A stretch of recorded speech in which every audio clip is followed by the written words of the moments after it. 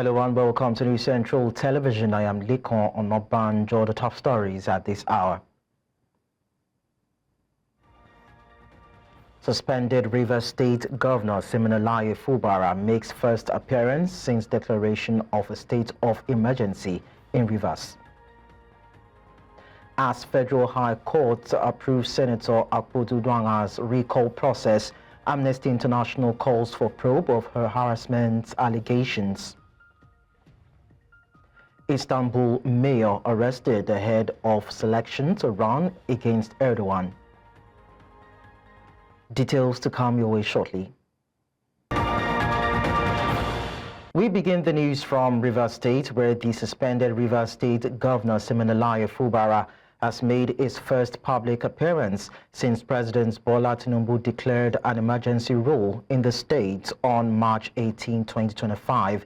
Governor Fubara was spotted leaving the Salvation Ministry's church in Port Harcourt, Rivers State capital, after attending Sunday service.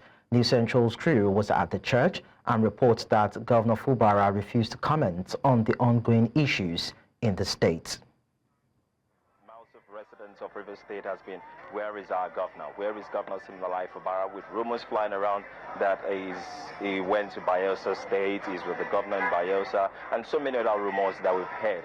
However, we caught wind of the information that he was worshiping at this church Salvation Ministry about a few hours ago, and by the time he got here, he was just stepping out. Unfortunately, we couldn't speak with him because he didn't grant audience. I guess he didn't want to comment on so many other things. However, we were able to confirm that the governor was here, and that is his first appearance since the state of emergency. So that puts to rest if the governor is in the state, if the governor is safe. I think that puts to rest those questions that the governor is actually safe. I spoke to a few of church members. I don't know if they will be willing, because they are trying to chase us away from this position we are right now, saying we need authorization. So that's why I'm trying to speed up. I spoke to church members that came from the church, how they felt about seeing their governor since this whole issue started, and they felt at peace that one, is safe, and two, that nothing is wrong with him, and that he's here. And it gives them some sort of hope. They, however, know that he didn't speak in church, he just came to worship. The governor himself didn't speak, but we're hoping to speak with more persons. Good afternoon, sir. Sir, good afternoon, sir. I'm sorry I didn't let you take your drink. I just want to ask you one question. How did you feel seeing the governor in church today? I feel very good, because it's the right thing that you have done to be in the presence of God today. Understand? Because what has happened to him, you need God. You really need God for intervention or whatever. Understand? This is the time for him to seek the face of God. Now, that is what I thought about it. With someone new now in the helm of affairs, that is the sole administrator in the helm of affairs, and you're seeing your governor, does this give you hope that things might change, or things will probably just remain the way they are right now? Things will definitely change. There is nothing impossible with God. Understand? No matter how men think in their heart, but no matter what God have, anybody God have blessed, nobody can curse it. No matter how what government have said, government have tried to, should I say manipulation or whatever, understand, if I'm mistaken. But if the will of God is something that the will of God will be done, must definitely to be done, understand? So that is it. Your name, sir? My name is Christopher. Meanwhile, the Socio-Economic Rights and Accountability Project has taken President Bola Tinubu to court over what it calls the unlawful suspension of the Rivers State Governor, his deputy, and House of Assembly members. The 6-month suspension was announced while the president proclaimed a state of emergency in Rivers State.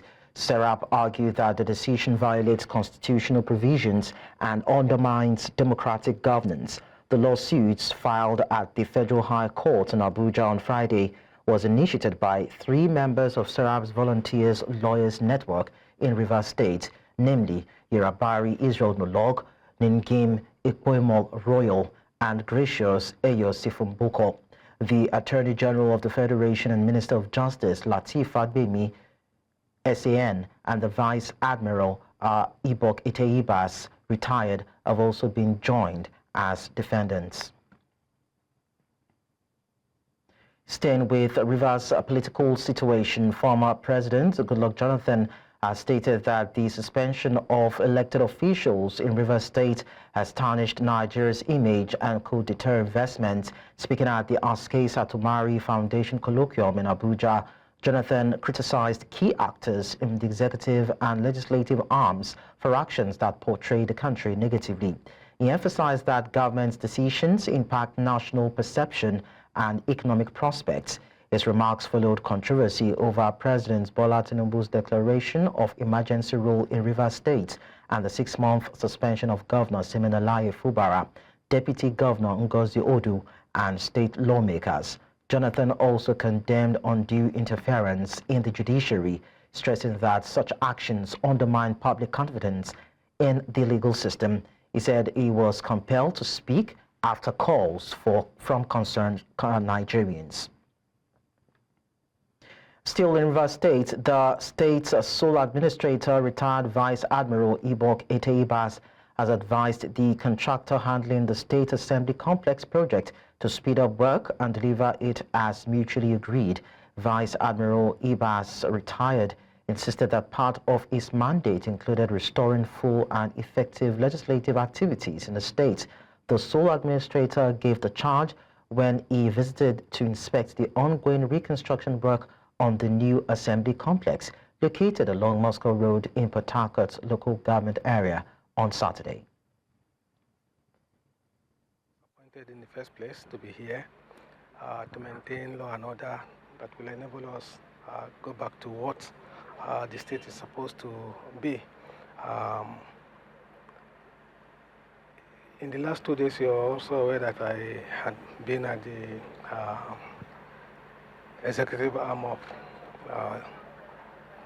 the state governance structure, and one of the pillars that is missing for now is the legislature, and for them to function effectively they also need a place to work from.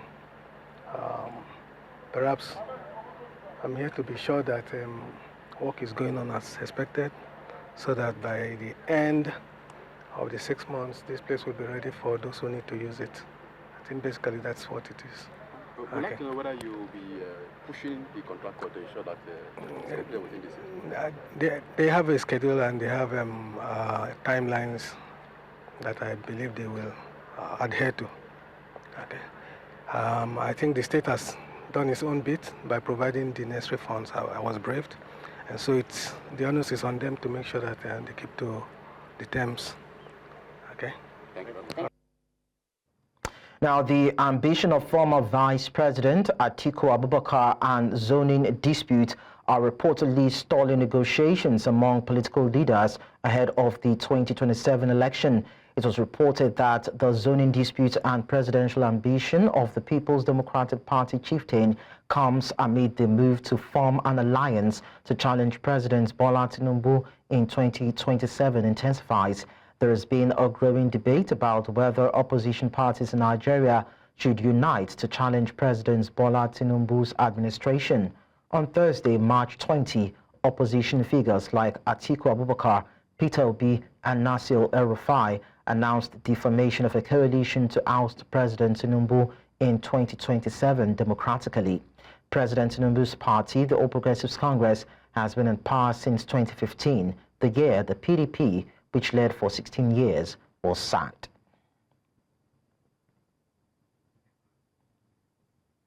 Earlier, we had a political analyst, Akin Fakponda, who joined us and shared his thoughts on the merits and demerits of the coalition.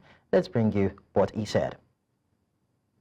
They are based on the enemy of my friend is my enemy. And what is the objective? They want to take a slice of Nigerian cake. They are not interested in public interest at all. The coalition will unravel, it will dissolve eventually. Tinubu is not a small cake to handle. Money for money. Nobody can stand a sitting president with 1 million plus barrels of crude oil income coming per day. Since everything is based on money, the coalition is just a joke. It's just motion without movement. Away from that, reactions are now trailing the resurgence of a boundary dispute involving Ifon and the Ilobo communities of Osun State. Ifon in Orolu local government and Ilobo in Irepo-Odun council area of Osun State have been plagued by prolonged border disputes.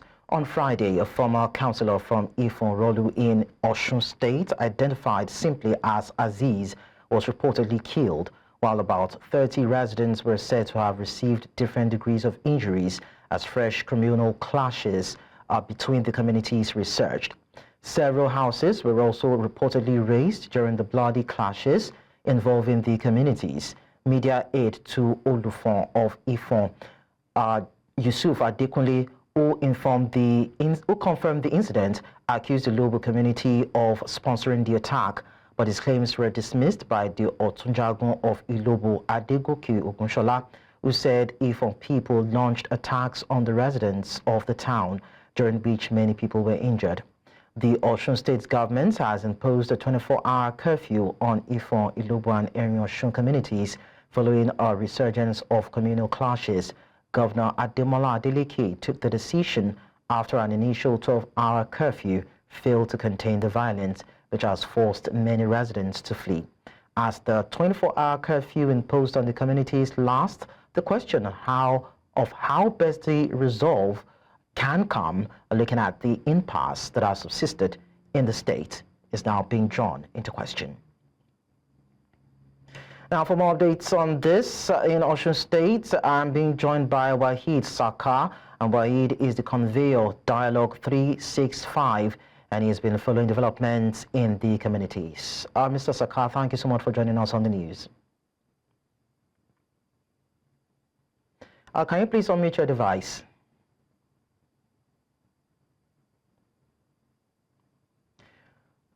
Okay, so I think we're having network issues with Mr. Wahid Saka right there. We'll try to establish real connection with him and have him talk about the boundary disputes that we're seeing, of course, in Osun State. Away from that, okay, so I'm told that Mr. Wahid Saka is affirmatively online. Mr. Wahid, can you please say something?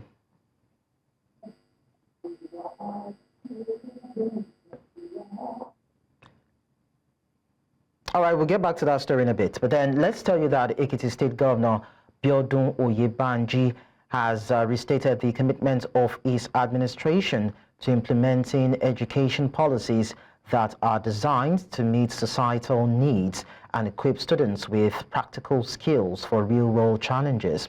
The governor stated this in his office at the weekend while receiving a delegation from South Korea led by the Koika Deputy Country Director, who was in the state for an in-depth survey of the smart school project in the state. According to a statement made available to journalists in Ekiti on Sunday, Governor Ibanji said his administration is strategically leveraging smart technology in education to equip students with the needed skills. He said this is to ensure that graduates in the state are well prepared to tackle contemporary challenges and contribute to the overall development of the state and the country at large. We now go on our short break on the news. When we return, we'll tell you about Nigeria's security and what is being done to tackle it. Do stay with us. Many thanks for staying with us. We now take you to the eastern part of Nigeria to tell you that the Anambra State Police Command has rescued Reverend Father Stephen Echezona, abducted by gunmen at a petrol station in Ichida, Anaocha local government area. The assailants, driving a white Lexus SUV, had taken the priest in his own car after abandoning their vehicle following a gunfight with security forces. In a statement on Sunday, the command spokesperson, SP Tochukwu Ikenga, said the victim was rescued in the early hours of March 23, 2025 by a joint security team comprising the police, military, Nigeria Security and Civil Defense Corps, and local vigilante groups from Ichida and Ihiala. The kidnappers fled into the bush, leaving behind the stolen vehicle. Meanwhile, authorities continue to search for the criminals and the priest's car.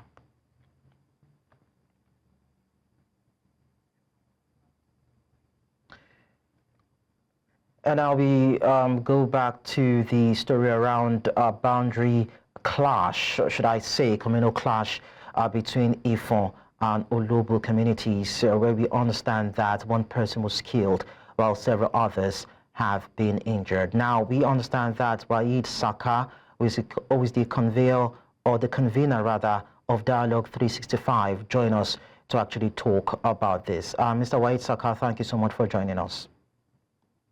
Thank you so much for having me. Please help us paint a picture of what is going on in the two warring communities. It's not actually two warring communities. It's actually three warring communities. Ifo, Ilobu, and Osun. So there are three communities that have been at loggerheads for years, for hundreds of years. But it came to a violent one in, I think, in 2003 or 4. And since then, there have been several attacks from different the three communities. But the recent one, the government constituted a committee, and the large committee, there has been committees upon committees over the years from successive governments. The Oyinlola government did its own part, the Anambra government did its own part, the Oyinlola government did its own part, and this current government are doing their own part. Unfortunately, the attack under this current administration has been, this current one makes it the 8th time that life will be lost, property worth millions of naira will be lost. So the current one is basically the committee constituted by the state government, 100-member committee and large committee to look into the crisis and finding a lasting solution to the problem. Unfortunately, the committee is here to deliver their mandate when the new crisis started. So do you see the curfew as the right intervention from government, and how effective has it been so far? The curfew is the immediate stop to the burning, the killings, the attack that is ongoing. That is acceptable to many because that will curtail the movement of the people from one place to another. So the immediate solution for that attack is the curfew, and it has been effective since yesterday. So that is settled. The issue is people have been asking me questions on the immediate the lasting solution to this crisis. And I need to be sincere with you. There is no straight jacket solution to this. But first, there has to be a political will to actually settle this holistically. There has to be a political will.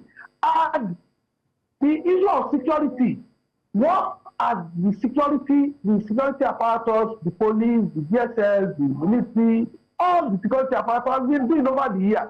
They need to rejig and do more to safeguard lives and properties. It's unfortunate that Osun is in the news for the wrong reason. It will be highly unfortunate at the end of the day that what they will remember this government for is the killings, the action, and a lot of attacks within the three communities. Now, but you already said that this communal clash has gone on in previous administrations or with previous administrations before this particular one. So why would anyone want to put the blame solely on the Adeleke regime? No. Nobody is putting the problem solely on the Adeleke regime. What we are saying is that successive government has not been able to lift the problem from the foundation. That's why they are transferring this problem from one administration to another.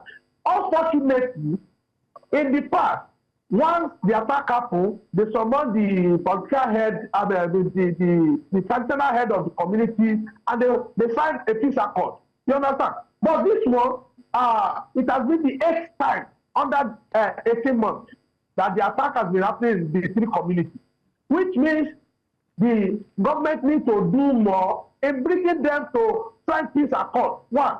2, they need to do more on the frontal, on the usage of the security to safeguard life and property. And finally, the government needs to do more in giving people, because names were mentioned when we visited that community. Names were mentioned, and a nation without consequence like ours will continue to have recurrence of the crisis that we are having.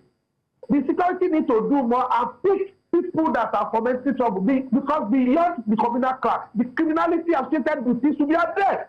You cannot kill people in the name of fighting over land and you say you are killing because of land. That's the criminal offense. And when government don't put their feet down to arrest the criminal, you know what, the recurrence will always happen. All right, thank you so much, Mr. Wahid Saka, for sharing your thoughts with us. We hope that some sort of amicable solution will come by the way of probably the government to resolve this issue. Thank you so much for talking to us. We actually also in Osun, we want peace in Osun, and we hope we achieve a lasting peace. Yeah, of course, everybody wants that. Thank you so much. Thank you. Moving away from that, a former member of the House of Representatives from Kogi State and People's Democratic Party stalwart Abdurrahman Badamosi has dismissed the alleged collection of signatures for the recall of Senator Natasha Akpotudwanga, calling it a fabrication of political mischief makers. Speaking in an exclusive interview with News Central's special correspondent for investigative journalism, Marshall Onoye, Badamosi claimed that those pushing for the senator's recall are not genuine constituents of Kogi Central, but hired mercenaries. In the meantime, members of Kogi Central's People's Alliance have rallied behind the embattled Senator Natasha Akpotudwanga, calling for the people of a federal constituency, Kogi Central, to ignore fraudulent calls for a recall. Speaking with News Central special correspondent on investigative journalism, Marshall Onoye, who is on ground to assess the situation, reports that Senator Natasha, despite the suspension as a senator, is still actively connected to her people. And now we have our live correspondents join us to tell us more. Well, we'll bring you details of that hopefully before the expiration of the news. We'll move on now. Banditry in northwestern state of Katsina continues to wreak havoc on the society, leaving a trail of devastation in its wake. Thousands have been displaced, livelihoods destroyed, and families torn apart. In the struggle to survive, many displaced women are forced into unimaginable choices, including sex work, as they struggle to keep themselves and their families alive. Rukaya Jiba has more in this report. The crisis has escalated into a full-blown humanitarian disaster in Katsina State, with many villages raided, homes burned, and families scattered. On the day they came to our village, they chased everyone. Everyone ran. My father was sick. He has no legs. He couldn't run. We left him behind. When you kill a man in northern Nigeria, you kill a community because you may discover that that person is having 3 wives and 15 or 17 children. Armed bandits frequently attack rural communities, killing, injuring, abducting residents, and demanding large ransoms. Many families are forced to sell their belongings or borrow money to secure the release of their loved ones, plunging them into poverty. To escape the violence, people flee their homes and villages. The state, now home to over 173,856 IDPs, has no official camps, leaving displaced families to fend for themselves in overcrowded makeshift settlements. When I arrived in Katsina, I tried to look for an IDP camp, but there was none. I was living on the streets. I later found a place near PDP office, but it was not convenient there. The absence of formal IDP camps in Katsina means displaced individuals, especially women, lack access to organized humanitarian aid, including food, clean water, and medical care. We met a situation whereby we don't have a record or data of the actual location of the IDPs, internally displaced persons. We don't have that. We didn't meet any data in regard to that. So we are faced with that challenge. In their new environment, the crisis is even more dire. Many have lost their husbands, father, and brothers to the violence. With no family support, no education, and no job opportunities, they are left with few options to feed themselves. I sleep everywhere because I don't know anyone. At times, we find it hard to eat. Many times, we have to go and beg for food. Desperation drives many of these girls to sex work. To some, it's a last resort. If we did not eat the whole day, we have to come out at night to look for food. Even if it is not much, at least the younger ones will have what to eat.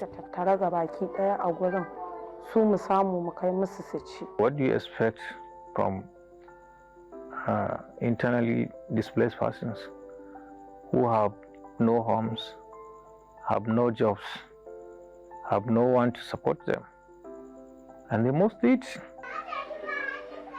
This exposes them to significant risk, including violence, abuse, and social stigma.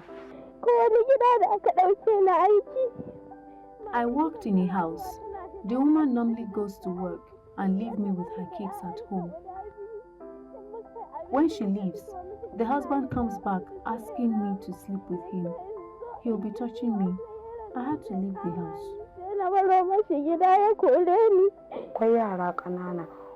There are young girls amongst us. Most of them are lured with food by young boys. This really pained me because they are young. At least we are older, but those girls shouldn't go through this. When you are faced with hunger, you have little options. Whatever comes your way as an option, you will definitely employ that thing, whatever it is, just so you can survive. The cycle of poverty and vulnerability is hard to break. Without access to education, skills training, or sustainable livelihoods. That can be a reason for many of them to now venture into sex hawking. So you can see the vicious cycle, from losing their fathers or their husbands to finding themselves cramped in a deplorable condition, in a squalor.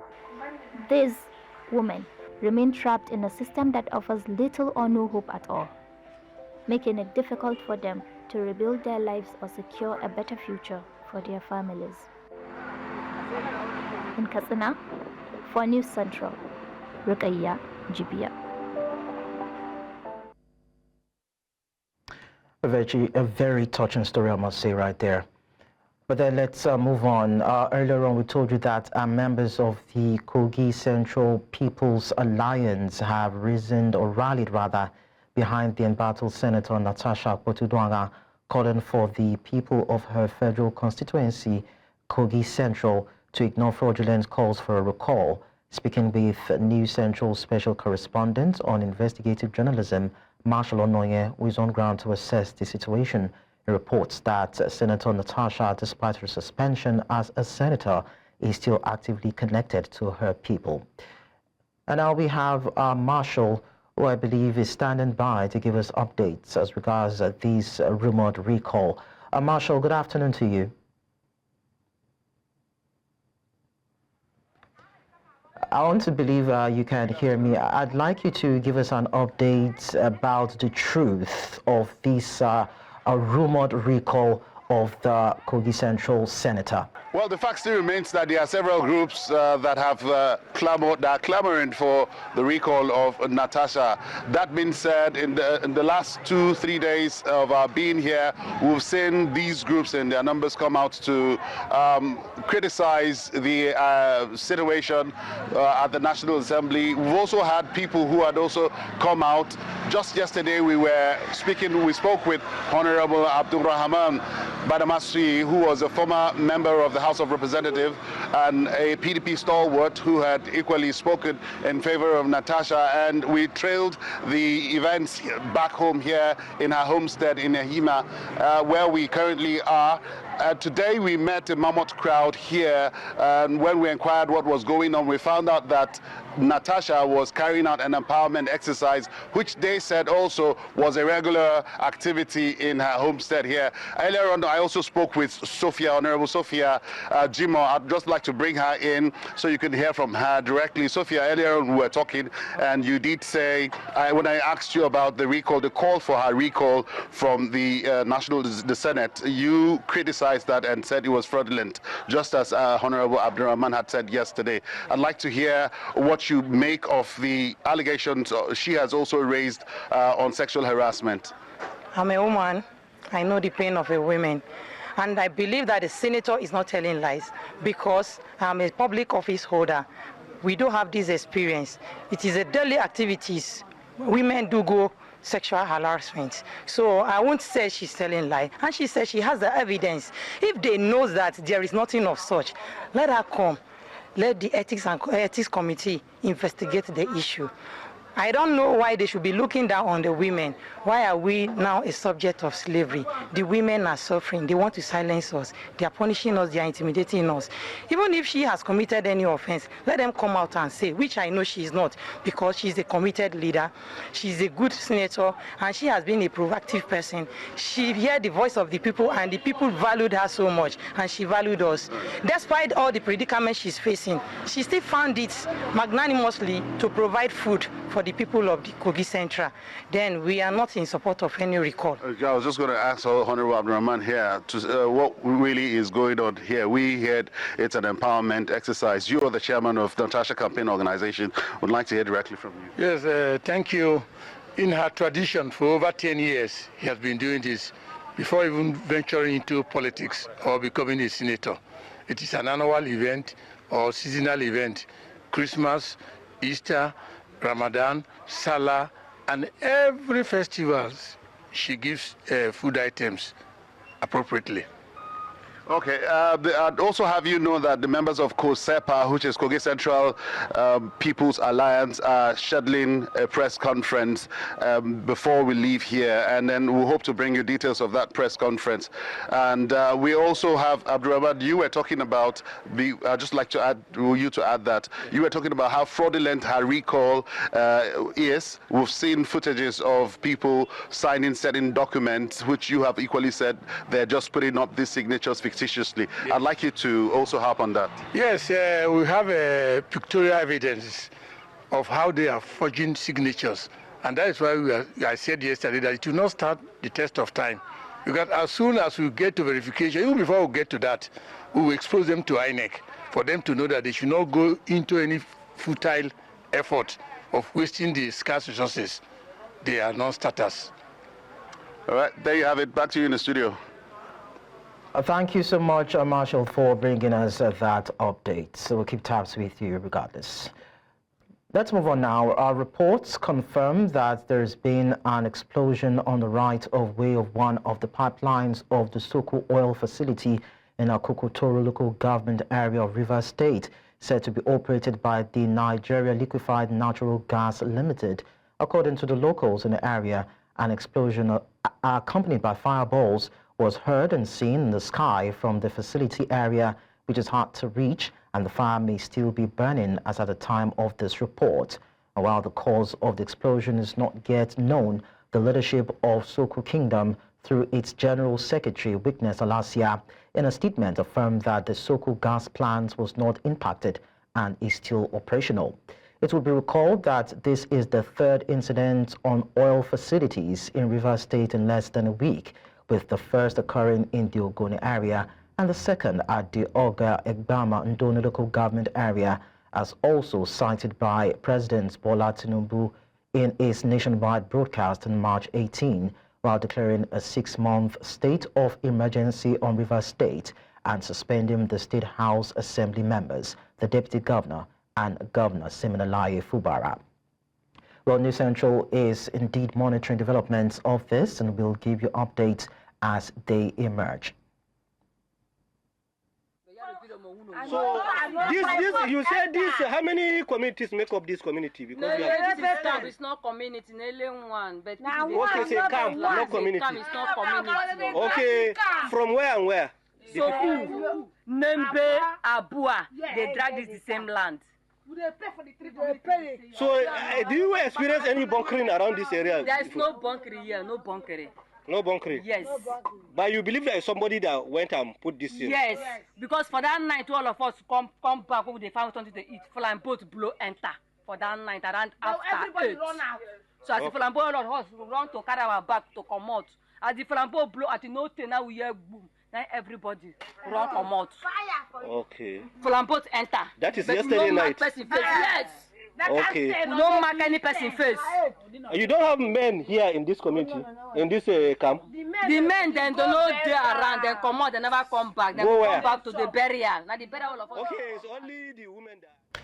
Now joining us to discuss this development is Honorable Opwende Isaiah, of course, is a citizen of the state. Thank you, of course, as a legislator and a citizen of the state. Thank you so much, Mr. Opwende, for joining us. I'd like to have an idea of what happened lately in River State, according to what we heard, of course, that's attack on the facility. Let's get more from you. Thank you very much for having me live on this program. Ordinarily, I have decided not to speak, but this is very, very necessary because it's a destruction of the facilities around my constituency. And if I don't speak on it, it's like I'm encouraging people who have been instigated by unnecessary sentiment to continue to vandalize facilities of the federal government. You know, I got the news as early as possible, and I was not surprised that it will happen because the instigation has been in the air, and a lot of persons called me and were asking me what is happening within your terrain. And the thing is this: if somebody who has failed to respect the Constitution, who has failed to respect judgment from a competent court of jurisdiction from the lower to the highest level, will now instigate people to go and destroy oil facilities because he feels the assembly wants to impeach him. This is the same thing that is going on that led to emergency rule in River State. And those persons have not been warned, have not been spoken to say, please shield your sword. And that's why they keep going on to destroy oil facilities in River State. Honestly, I am not happy that this thing is happening. Nobody has the monopoly of violence to do so. But the fact that we are keeping quiet doesn't mean that we do not have the powers or the wherewithal to do so. But we are law abiding. We respect the Constitution, we respect the rule of law, and that's why we keep quiet and watch others act the way they want, so that we can speak about it. Because ordinarily, if they say somebody should do something, we are not there. As I'm speaking to you, right now I'm in Abuja.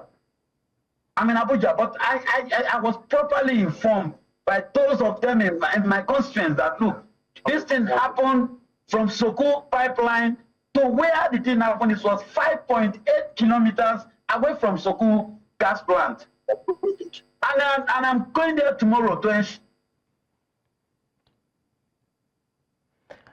Mr. Opwende Isaiah. Sure that I make a side sheet to ensure that we check and know what has been actually destroyed. It is unfair. We're not acting like we are more than the Federal Republic of Nigeria. If the Supreme Court speaks that these things should be normalized, people now will take laws into their hands to destroy facilities that were installed by federal government. It means they are now above the law. Is it right? I'd like to find out, when you say they, have you been able to confirm categorically if there are state actors or non-state actors that are trying to destroy these national assets? Of course, I cannot ascertain that because I was informed and I was not there to say these are the people.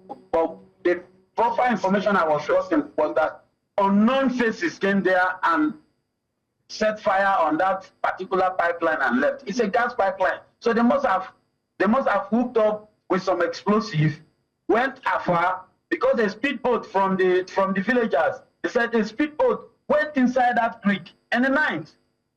While they were asleep, they can hear the sound of a speedboat going inside. So it was people who calculated the residents of that place, knowing when they are at rest, so they can go in and destroy whatever thing they want to destroy and go back. But it's unfortunate that we voted a man into a system who can instigate crisis. Mr. Opwende, I'm not saying that. Yeah, from your statement, we might just need to just put it there, peg it there, and not cast aspersion over anyone until investigation is conducted and we have an understanding of who the perpetrators might really be. But then we appreciate your contribution on the news. Thank you very much. Thank you very much. Thank you too.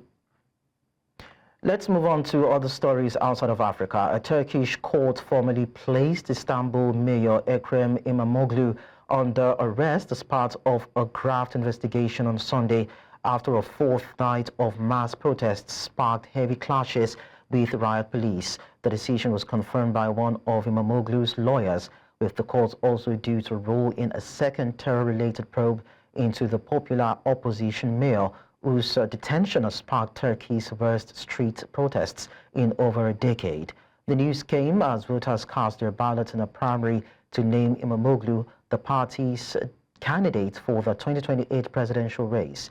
The long-planned vote was the event which triggered the arrest of İmamoğlu, who is widely seen as the only politician capable of challenging President Recep Tayyip Erdogan. Çünkü gerçekten hukuksuzca bir tutuklama.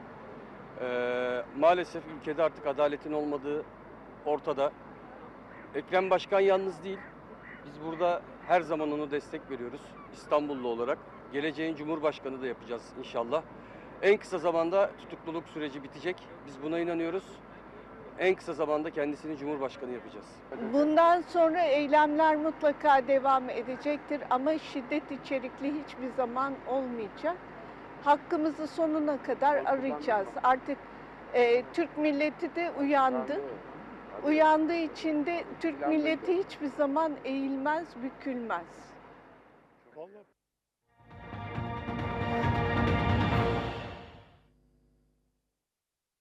In sports, the Super Eagles arrived in Uyo on Saturday to prepare for their 2026 FIFA World Cup qualifier against Zimbabwe on Tuesday. The team held a light training session at the Nest of Champions on Saturday evening ahead of full training today. Head coach Eric Chell has imposed strict camp restrictions to maintain focus, barring visitors and journalists. Sunday's training will be closed to the media, while Monday's session will be partially open for 15 minutes after the official press conference. On March Day, players will be available for brief mixed zone interactions. With their recent victory over Rwanda, the Eagles are aiming to build momentum and secure another crucial win in their qualification campaign.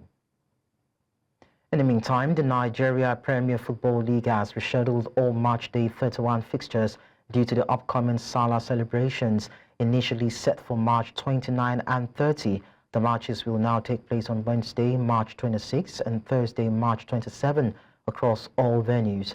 A key highlight of the match week will be the clash between league leaders Remo Stars and nine-time champions Anambra at the Remo Stars Stadium in Ikenne. Remo Stars are in pursuit of their first ever NPFL title, making the fixture a crucial test in their campaign. And that's all at this hour, but before we go, we'll look at our top stories again. Suspended Rivers State Governor Siminalayi Fubara makes first appearance since declaration of a state of emergency in Rivers. As Federal High Court approves Senator Akpoto Duanga's recall process, Amnesty International calls for probe of harassment allegations. We also told you that Istanbul mayor has been arrested ahead of selection to run against President Erdogan. You can send your eyewitness report to the WhatsApp number on the screen. Do follow us on social media. We are at News Central TV.